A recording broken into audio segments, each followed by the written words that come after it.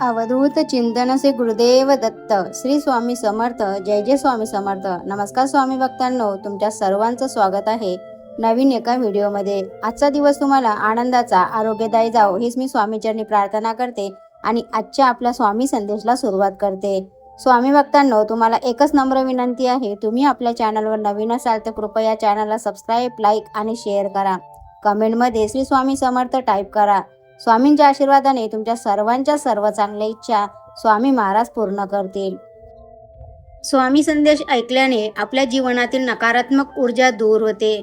संकट वाऱ्यासारखे उडून जातात. स्वामी आपल्याला प्रत्येक संकटात मार्ग दाखवतात, मदत करतात. या संदेशाकडे चुकूनही दुर्लक्ष करू नका. मन लावून हा संदेश 5 मिनिटं ऐका. तुमच्या सर्व समस्या नक्कीच दूर होतील.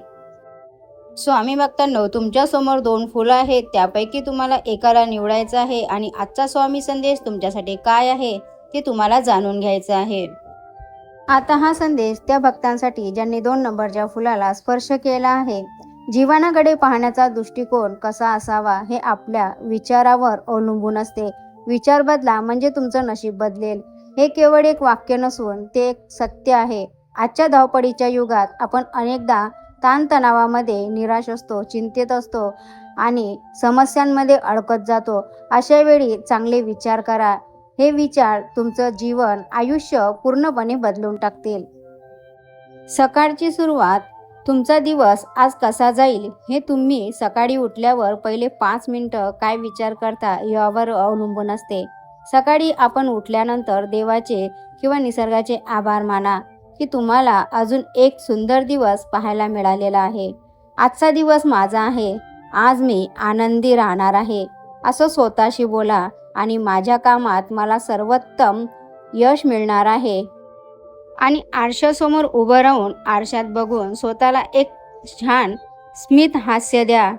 हे साधे वाटले तरीही तुमच्या मेंदूला हॅपी करण्यासारखं आहे आणि तुमचं पूर्ण दिवस आनंदात जाणार आहे. स्वामी महाराज म्हणतात, बाळा, ही एक वाक्य लक्षात ठेवा. संकट हे सर्वांनाच येतात. संकट कोणाला येत नाही, पण यशस्वी तीच लोक होतात जो त्या संकटामध्ये संधी शोधतो.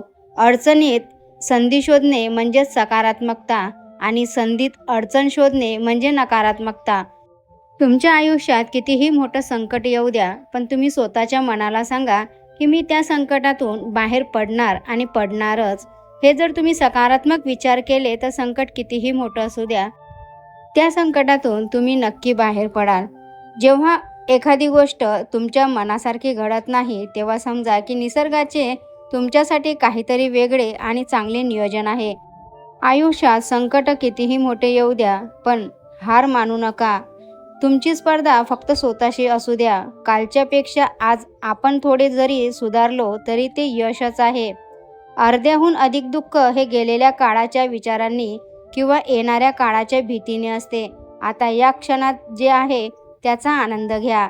संगीत ऐकणे, वाचन करणे किंवा निसर्गात फिरणे यामुळे मनाला शांतता मिळते. केवळ सकारात्मक विचार करून चालत नाही, त्याला कष्टाची जोड द्यावी लागते. ध्येय गाठण्यासाठी रोज थोडे थोडे प्रयत्न करा. थेंबे थेंबे तळे साचे. झाड लावल्याबरोबर त्याला फळ येत नाही, पण पाणी द्यावं लागते, खत घालावं लागते आणि वाट पाहावी लागते. तसेच तुमच्या यशाच्या प्रयत्नाचे फळ नक्कीच तुम्हाला मिळेल. फक्त संयम ठेवा. माणूस हा समाजप्रिय प्राणी आहे. आपल्या आनंदाचा मोठा भाग आपल्या नात्यांशी जोडलेला असतो. राग मनात धरून ठेवणे म्हणजे स्वतःच विष पिऊन दुसऱ्याच्या मरणाची वाट पाहण्यासारखे आहे. माफ करा आणि मोकळे व्हा. दुसऱ्यांच्या चेहऱ्यावर हास्य आणण्यात जो आनंद आहे तो कशातच नाही. स्वामी महाराज म्हणतात, तुमचा आजचा संघर्ष तुमचे उद्याचे सामर्थ्य निर्माण करतो. नशिबाच्या जोरावर मिळतं ते टिकत नाही, पण जे कष्टाच्या जोरावर मिळतं ते कधीच संपत नाही. शांतता म्हणजे केवळ गोंधळाचा अभाव नाही, तर गोंधळातही स्वतःचे मानसिक संतुलन राखणे होय.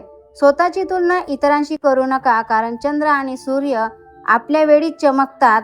स्वामी महाराज म्हणतात, आनंद हे काही ध्येय नाही, तर तो एक प्रवास आहे. आपण विचार करतो की अमुक गोष्ट मिळाली की मी आनंदी होईल, पण वास्तव्य हे आहे की तुम्ही आनंदी राहून काम केलं तर ती गोष्ट तुम्हाला लवकर मिळते. तुमच्या आयुष्याचे लेखक तुम्ही स्वतः आहात. त्यामुळे एक अशी कथा लिहा की जी वाचून इतरांनाही प्रेरणा मिळेल. कधीही खचून जाऊ नका. तुमच्यात ती ताकद आहे की जी जगाला बदलू शकते. नेहमी हसत राहा, कारण तुमचे हास्य कोणाचे तरी जग उजळू शकते. स्वतः आनंदी राहा. यश मिळवण्यासाठी केवळ स्वप्न पाहून चालत नाही, तर त्या स्वप्नाचा पाठलाग आपल्याला करावा लागतं. ध्येय मोठे ठेवा, कारण लहान ध्येय ठेवणे हा देखील एक गुन्हाच आहे. यश हे कष्टाच्या घामातून जन्माला येते, नशिबाच्या रेषेतून नाही. मोठं यश मिळवण्यासाठी मोठ्या संघर्षाची तयारी ठेवावी लागते. स्वतःवर विश्वास ठेवणे ही यशाची पहिली पायरी आहे. जगात अशक्य असं काहीच नसतं, फक्त तुमच्यात ते करण्याची जिद्द असावी लागते. लोक काय म्हणतील याचा विचार करू नका, कारण लोक तर तेव्हाही बोलतात जेव्हा तुम्ही काही करत नसाल. स्वतःची तुलना इतरांशी करणे थांबवावं, कारण सूर्याची आणि चंद्राची तुलना होत नाही. जो तो आपापल्या वेळी चमकतो. तुमचा आजचा संघर्ष उद्याचे तुमचे सामर्थ्य निर्माण करतो. आरशात दिसणारा माणूस तुम्हाला कधीच फसवणार नाही, त्यांच्यावर विश्वास ठेवा. अपयश हे यशाची पहिली पायरी आहे, शेवट नाही. अपयश म्हणजे पराभव नव्हे, तर पुन्हा नव्याने सुरुवात करण्याची एक संधी आहे. पडणे हा गुन्हा नाही, पण पडल्यानंतर उठून पुन्हा न धावणे हा नक्कीच गुन्हा आहे. अडचणी माणसाला संपवण्यासाठी येत नाहीत, तर त्यांच्यातील शक्ती जागृत करण्यासाठी येत असतात. ती शक्ती बाहेर काढण्यासाठी येतात. नदीला पूर आला की काही झाडे मुळासकट उखडून झाडं खाली पडतात, पण काही लवचिक वेली असतात मात्र त्या तंगर धरून राहतात, जमिनीला धरून राहतात. जीवनात लवचिकता शिका. तुमचा सर्वात मोठा गुरु हा तुमचा शेवटचा चुकलेला निर्णय असावा. वेळ कोणासाठी थांबत नाही, म्हणून वेळेचा आदर करा. वेळ बदलत असते, फक्त कष्ट करण्याची तयारी ठेवा. स्वामी महाराज म्हणतात, संधी ही सूर्यासारखी असते. जर तुम्ही जास्त वेळ वाट पाहिली तर ती निघून जाते. आयुष्यात वेळ द्यायला शिका, कारण गेलेली वेळ आणि बोललेले शब्द कधीच परत येत नाहीत. आजची मेहनत ही उद्याच्या सुखाची गुंतवणूक आहे, म्हणून मेहनतीला न घाबरता प्रयत्न करा. प्रयत्नाती परमेश्वर. सातत्यपूर्ण प्रयत्न केल्यास अशक्यही गोष्टी शक्य होतात. केल्याने होता आहे रे, आधी केलेच पाहिजे.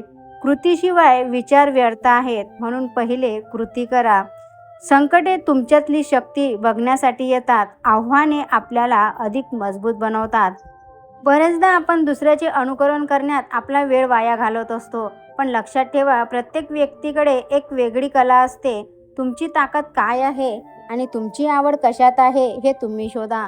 एका दिवसात कोणीही महान बनत नाही. थेंबे थेंबे तळे साचे या वाक्याप्रमाणे जर तुम्ही घेतलेले छोटे छोटे पावलं तुम्हाला तुमच्या ध्येयापर्यंत घेऊन जातात. तुम्ही चांगले विचार करा, कष्ट करा. तुमचं यश तुमच्या हातात आहे. मोठे होण्यासाठी कधीतरी सुरुवात करावीच लागते, पण सुरुवात करण्याआधी मोठे असण्याची गरज नसते. स्वामी महाराज म्हणतात, जिंकायची जिद्द असेल तर पराभवाची भीती वाटत नाही. नशिबापेक्षा कष्टावर विश्वास ठेवा. शून्यातून विश्व निर्माण करण्याची जिद्द ठेवा. स्वप्न ती नसतात जी झोपेत पडतात, स्वप्न ती असतात ती तुम्हाला झोपू देत नाही. या विचारांवर विचार करा. तुमचं आयुष्य सुंदर, आनंदी, निरोगी होईल. असेच भक्तिमय संदेश ऐकण्यासाठी चॅनलला सबस्क्राईब, लाईक, शेअर करा आणि विचार आवडल्यास हो म्हणून टाईप करा. आता हा संदेश त्या भक्तांसाठी ज्यांनी 1 नंबरच्या फुलाला स्पर्श केला आहे. माणूस जेव्हा संकटात सापडतो तेव्हा त्याला चारही बाजूने अंधार दिसू लागतो. जेव्हा स्वामींचे हे अभयवचन त्याला नवी उमेद देते. त्या संदेशातून स्वामी 2 गोष्टी आपल्याला सांगतात. भीती हा माणसाचा सर्वात मोठा शत्रू आहे. स्वामींवर विश्वास असेल तर मृत्यूचीही भीती उरत नाही. मी तुझ्या पाठीशी आहे याचा अर्थ बाळा असा नाही, जरी आपण त्यांना पाहू शकत नाही तरीही आपल्या प्रत्येक श्वासात आणि कर्मात ते आपल्या सोबत असतात. स्वामींची भक्ती करण्यासाठी खूप कठीण असे नियम नाही. स्वामींना केवळ भाव हवा असतो. श्री स्वामी समर्थ या 6 अक्षरी मंत्रात प्रचंड शक्ती आहे. या मंत्राचा जप केल्याने मनातील नकारात्मक विचार दूर होतात आणि मानसिक शांतता लाभते. शक्य असल्यास ब्रह्ममुहूर्तावर जप करावा. जपामध्ये कधीही खंड पडू देऊ नये. चालता बोलता काम करतानाही स्वामींचे नामस्मरण करावे. स्वामींच्या लीला समजून घेण्यासाठी स्वामी चरित्र सारामृत हा ग्रंथ एक वरदान आहे.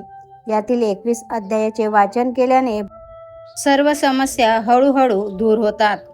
जेव्हा मनावर खूप ताण असतो किंवा संकट मोठे असतात तेव्हा तारक मंत्राचे पठण करा. हा मंत्र भक्तांचे रक्षण करणारे कवच आहे. स्वामी आपल्याला स्पष्ट सांगतात, तुम्ही तुमचे कष्ट प्रामाणिकपणे करा, फळाची चिंता माझ्यावर सोडा.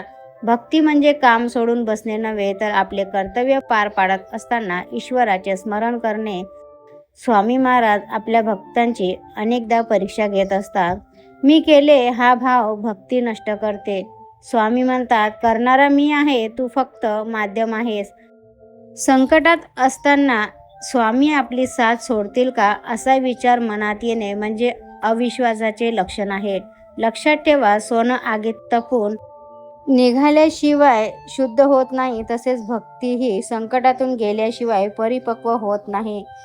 कधीही आयुष्यामध्ये निराश होऊ नका. कितीही संकट आली तर त्या संकटातून मार्ग शोधा. स्वामी सदैव तुमचे रक्षण करतील, तुम्हाला मार्ग दाखवतील, सदैव तुमच्या पाठीशी उभे राहतील. हा संदेश तुम्हाला कसा वाटला नक्कीच कमेंट करून सांगा. कमेंटमध्ये श्री स्वामी समर्थ टाईप करा. स्वामींच्या आशीर्वादाने तुमच्या सर्वांच्या सर्व चांगल्या इच्छा पूर्ण होतील हीच मी स्वामीचरणी प्रार्थना करते आणि आजचा स्वामी संदेश इथंच थांबवते. भेटूया नवीन एका मोटिवेशन संदेशासोबत. श्री स्वामी समर्थ. जय जय स्वामी समर्थ. संदेश पूर्ण ऐकल्याबद्दल खूप खूप धन्यवाद.